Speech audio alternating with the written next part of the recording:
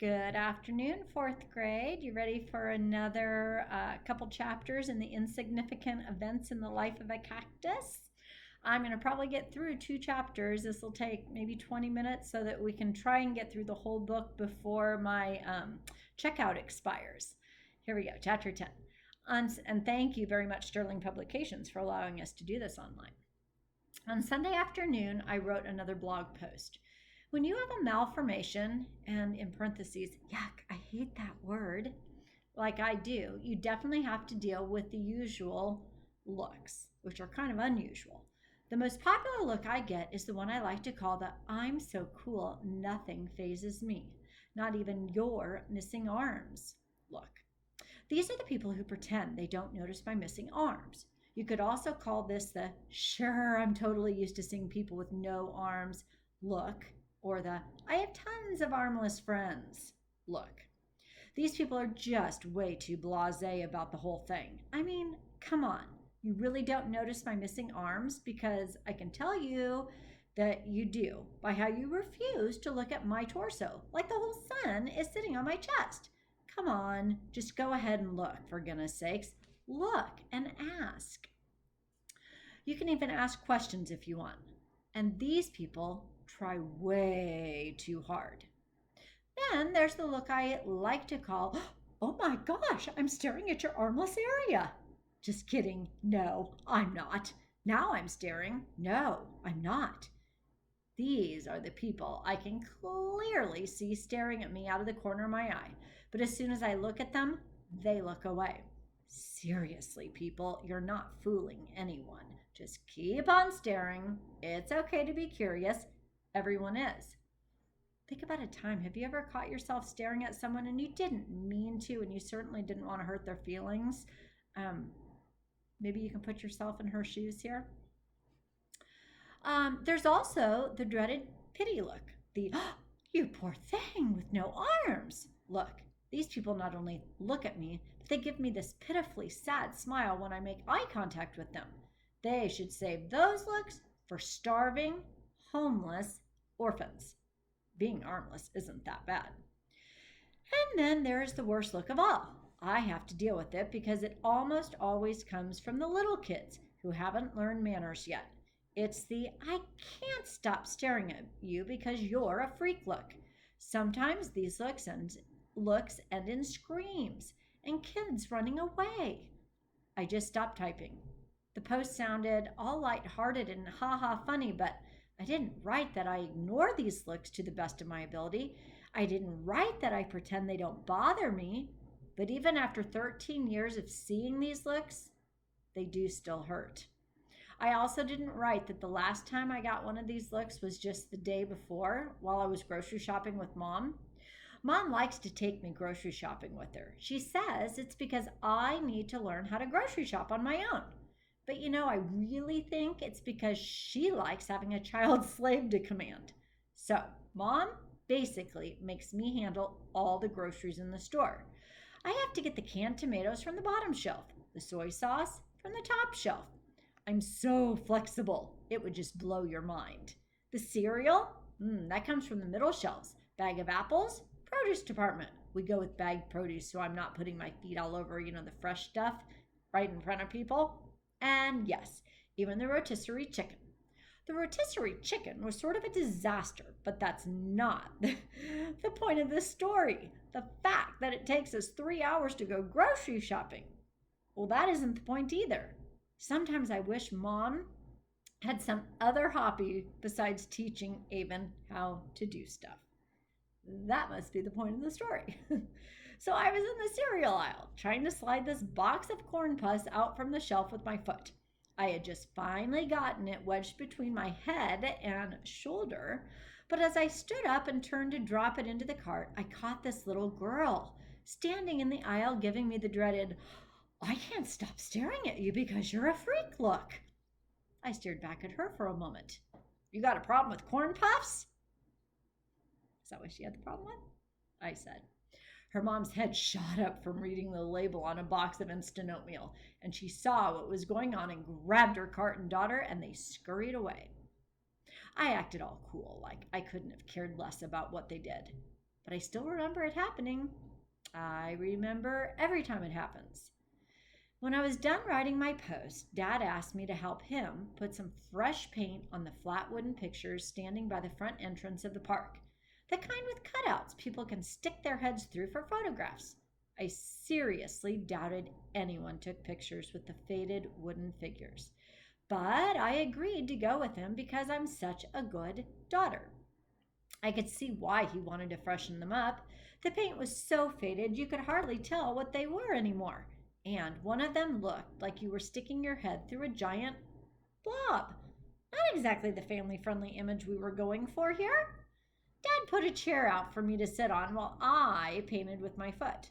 My painting skills aren't exactly the finest, but I can manage very large, simple pictures.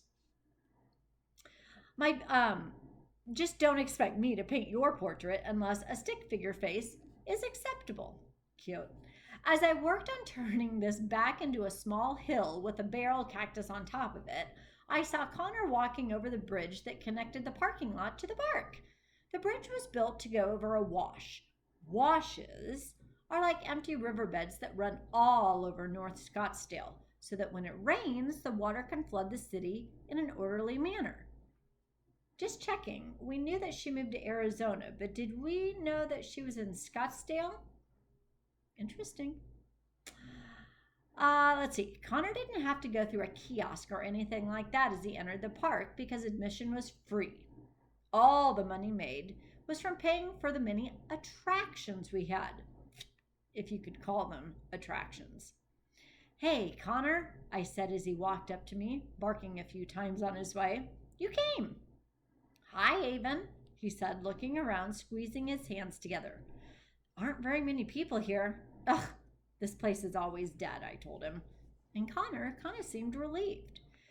Dad looked up from painting the gun in a cowboy's hand. I had thought it was a sea cucumber, but yes, a gun made a lot more sense. Why would the cowboy be pointing a sea cucumber at people as they entered the park? And where would a cowboy in the middle of the desert get a sea cucumber from anyway? Who's this, Avon? Dad asked. Dad, this is Connor. We met at school. Dad reached out his hand and Connor shook it. Oh, so nice to meet you, Connor. Do you mind if I take a break? I asked Dad. He looked at my handiwork so far.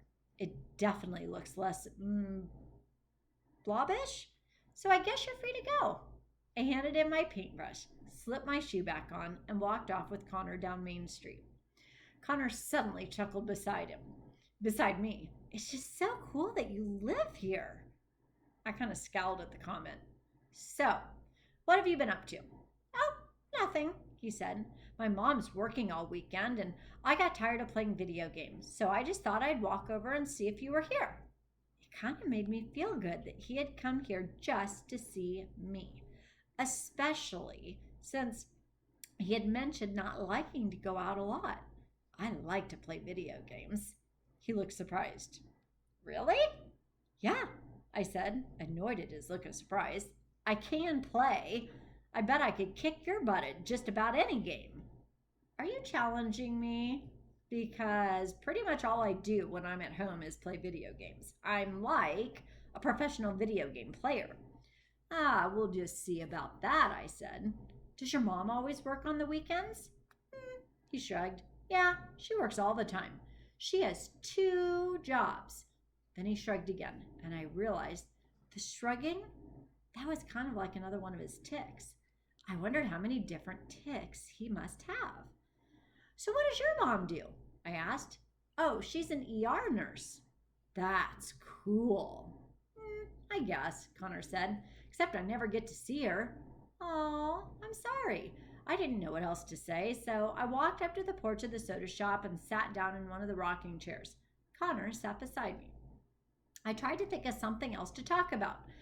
My mom took me to this cool instrument museum yesterday. Have you ever been there? Connor shook his head. I don't get out much. Do you play an instrument? He shook his head again and barked. No.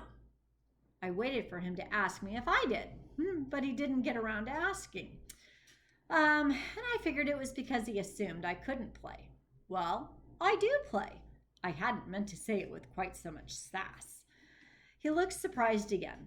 Of course. Why were people always surprised I could do stuff? I bet I'd get surprised looks if I told people I can breathe air without help, or swallow my food, or go to the toilet. What do you play? He asked. Guitar. With your feet? No, with my belly button, silly. Connor's eyes widened. Then he pursed his lips in a little smirk. You're joking again, aren't you? Yes, I play with my feet, not with my belly button. Awesome, he said, rocking in his chair and blinking his eyes rapidly. He did look impressed. Play for me sometime. I've got to see you play with your feet. So I shifted to my seat. Yeah, sure. I didn't tell him I also wrote my own music and sang. So in 5th grade, I had come to the realization that it was far more productive for me to channel my creative storytelling into songwriting than to only use it to shock people with morbid horror stories about my armlessness. I think that's a good idea. I'd written several songs since then. Most of them, pretty bad. Like, take an ice pick to your own ears. Bad. A song I wrote about learning how to put my first bra on immediately comes to mind, and a couple were possibly worth playing. But the only people I had ever played for were my parents. Do you ever see your dad? I asked him. His expression turned a little bit somber, and I was instantly sorry I had asked. Oh, not much. That's too bad. I rocked in my chair beside him. He and my mom used to fight about me all the time. Then he looked out at Main Street as he spoke. He didn't understand why I couldn't just hold my tics in. It made him really angry. He always said to me, Connor, why don't you just knock it off? Look at how upset you're making us. Just stop. And my therapy bills, they were really expensive, and my dad didn't want to pay for those anymore. He wanted me to just take the meds and stop ticking. But they made me feel awful. I think my dad would have done anything to stop my tics. And when he realized they weren't going to stop, he just couldn't deal with it. So he left. Oh, I'm sure your parents had problems that had nothing to do with you and your tics, I said, thinking Connor's dad sounded like a real jerk. All their fights were always about me, my tics, my bills. I can see why they can't stand me. I can't stand myself most of the time. I wish I could hold the tics in and pretend to be normal. Wow. I didn't know what to say to that. I was sure Connor was wrong about his parents. I couldn't imagine parents being like that. I'm sorry. I wish I could grow arms and pretend to be normal. The corner of his mouth tipped up a little bit. I still don't completely understand why you can't hold your tics in. I know you said it hurts, but why? Connor thought for a moment. Well, it's like when you have a bad cough. You know, when you get that tickle in your throat and you really want to cough, you can concentrate really hard on holding it in, but it's so uncomfortable, and eventually you just have to cough. Well, that's what it feels like to not tick. Like this painful feeling in my chest builds and goes up to my throat until I just have to bark. Or it builds in my eyes until I just have to blink to relieve it. Then it builds again and again. It never goes away for very long. And it always builds again. Oh, I said, that is really weird. Why does it do that? Again, Connor just shrugged. It's some kind of malfunction in my brain, I guess. Can you get brain surgery? Connor laughed. That seems a little extreme. I guess they could do surgery, but only if the Tourette's is super bad and dangerous. I can live with mine, so I'm not going to do any brain surgery. It would just be too scary. Yeah, I guess that would be pretty risky. Then I grinned at him. I don't think I would do an arm transplant, even if it were possible. Could have some scary side effects, you know? Connor raised his eyebrows. Oh, yeah? What kind of scary side effects? Like, what if the arms came from a serial killer and they just had to keep killing people, even on someone else's body? Or the arms were too dead, and then I had these zombie arms attached to my body. Too dead? Yeah. Or what if they had the naked lady tattoos all over them? Or if they had a terrible nail fungus that slowly spread and took over my whole body? You've thought about this a lot, haven't you? I sighed. You have to think about these things in case the opportunity ever arises. I glanced over at the petting zoo and saw Spaghetti sticking his mutant head over the fence, and I wondered if he was looking for me. I visited him several times a day to pet him with my foot and tell him how adorable he was.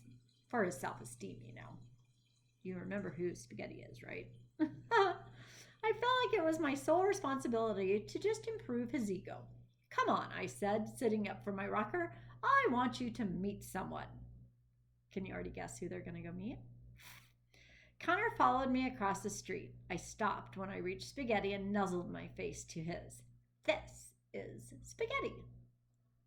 Connor patted Spaghetti's head without flinching. He's cute.